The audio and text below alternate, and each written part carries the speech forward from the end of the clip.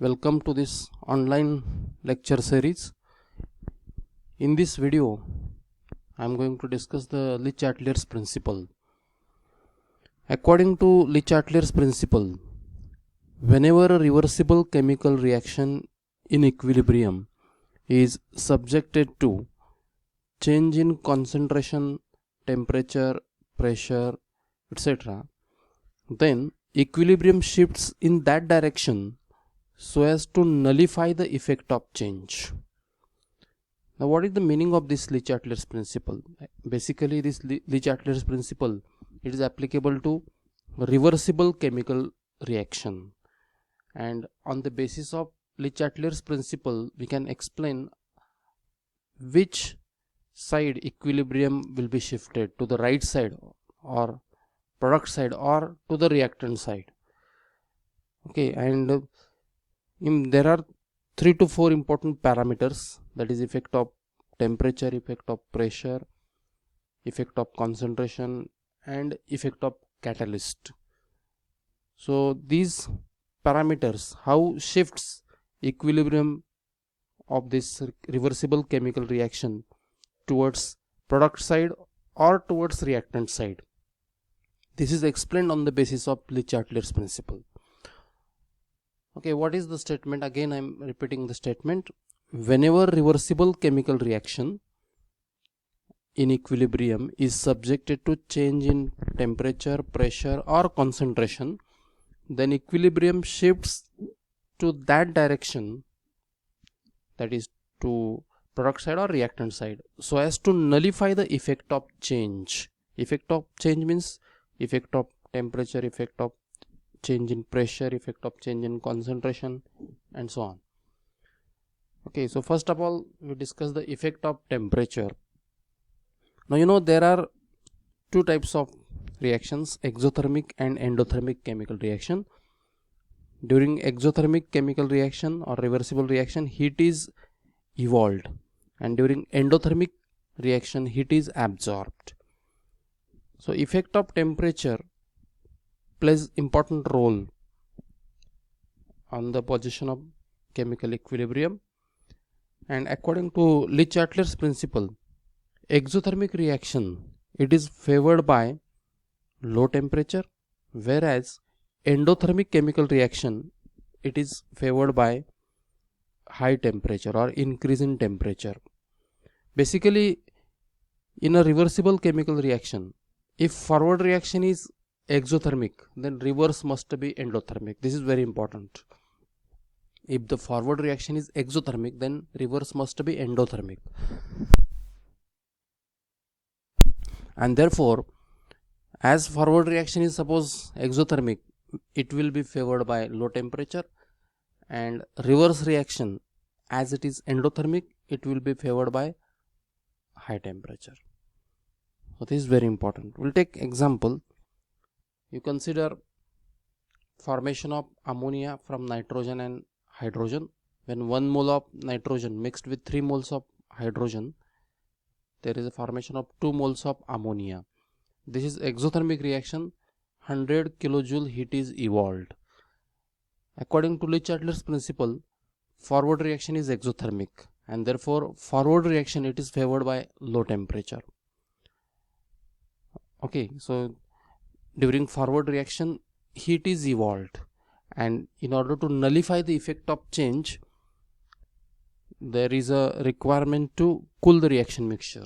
When reaction mixture is temperature of reaction mixture is decreased, then and then only the evolved heat, it will be absorbed by the surrounding.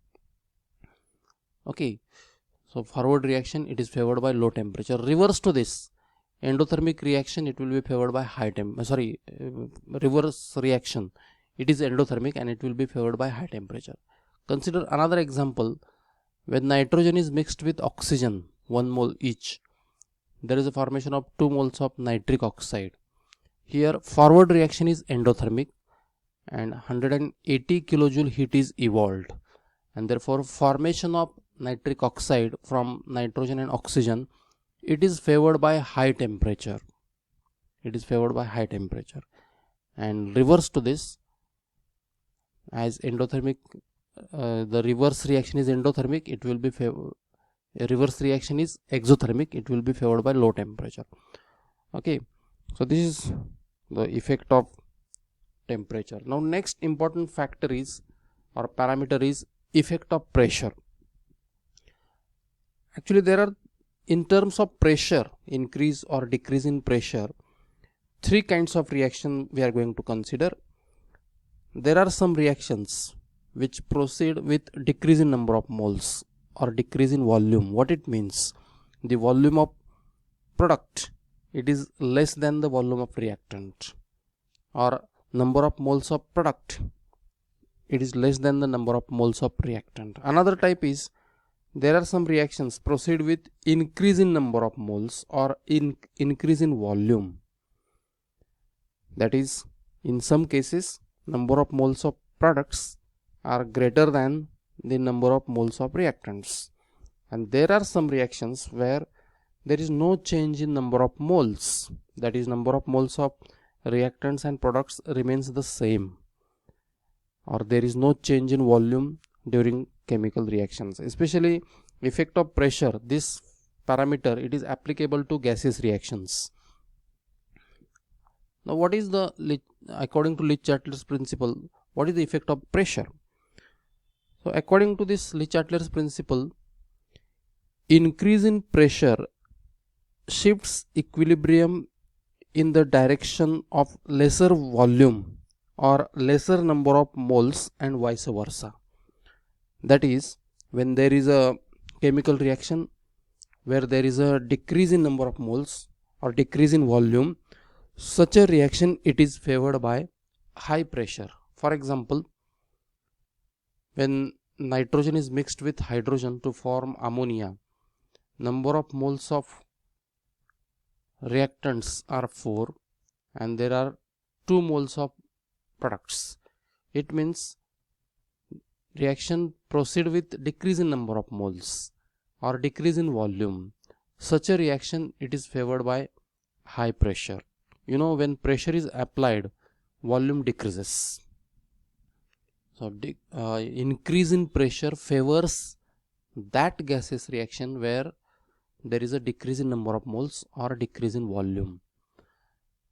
Consider another reaction, that is decomposition of phosphorus pentachloride, gaseous phosphorus pentachloride, to form gaseous phosphorus trichloride and chlorine. Here there is an increase in number of moles. Number of moles of reactant equal to 1 and number of moles of products equal to 2.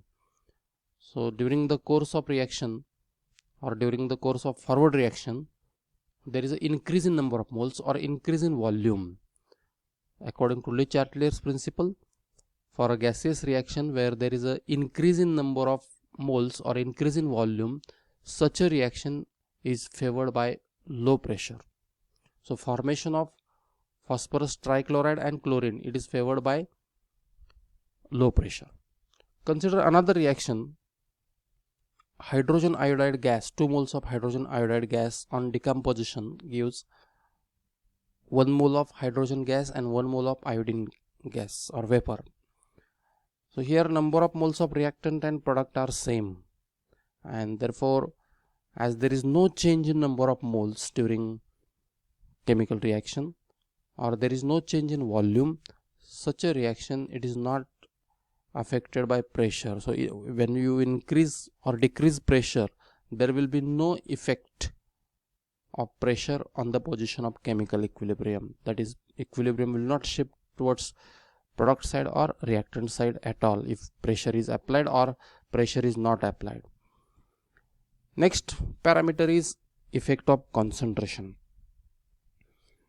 So increase in concentration of any of the reactants shifts the equilibrium in forward direction to remove some of the reactants, and whereas increase in concentration of product will shift the equilibrium in backward reaction. Meaning of this is, concentration plays very important role on the rate of chemical reaction. So when concentration of reactant is increased, the rate of forward reaction will increase and more products will be formed. At the same time, when when concentration of product is increased, rate of reverse reaction will increase and equilibrium will try to shift towards the reactant side. And when rate of forward and backward reaction is same, the position of equilibrium will be fixed. Okay, so this is about effect of concentration. And last is effect of catalyst. So catalyst increases the rate of forward and backward reaction to the same extent. Hence, it has no effect on the position of chemical equilibrium. Position of chemical equilibrium will not be altered by effect of catalyst, as catalyst increases rate of forward and backward reaction to the same extent. So this is what is Le-Chatelier's principle. The statement again I am repeating: whenever a reversible chemical reaction in equilibrium is subjected to change in temperature, pressure or concentration, then equilibrium shifts in that direction so as to nullify the effect of change. So this is the Le-Chatelier's principle. Now next section, that is thermodynamic parameters, and we are especially going to discuss the second law of thermodynamics. Now what is the need of second law? According to first law of thermodynamics, energy is neither created nor destroyed, but it can be converted from one form to another form. But the first law of thermodynamics is unable to predict the direction of change or feasibility of process, that is, any particular reaction is possible or not. This feasibility, it is not explained on the basis of first law of thermodynamics. That is, heat flows from hot body to cold body, but reverse is not possible. Why reverse is not possible? That is why heat is not flowing from cold body to hot body. This is not explained on the basis of first law of thermodynamics. Then perfume diffuses into surrounding spontaneously, but reverse is not possible. This is also not explained on the basis of first law.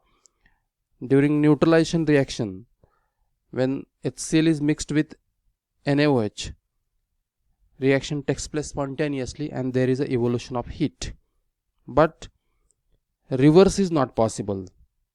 During neutralization, HCl spontaneously reacts with NaOH, or acid reacts with base and formation of salt and water, but reverse, it is not spontaneous. Explanation for this is not provided. Okay, so all the natural processes which takes place spontaneously have well defined direction. This is also not explained on the basis of first law of thermodynamics, and first law of thermodynamics unable to explain the driving force for the spontaneous process. The driving force for natural or spontaneous process, it is not explained on the basis of first law of thermodynamics. That is why heat flows from hot body to cold body and reverse is not possible. What is the driving force for that?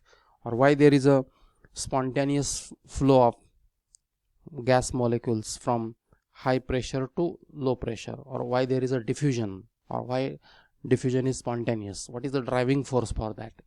It is not explained on the basis of second law of thermodynamics. Okay, in next video we are going to discuss the spontaneous processes and second law of thermodynamics in detail.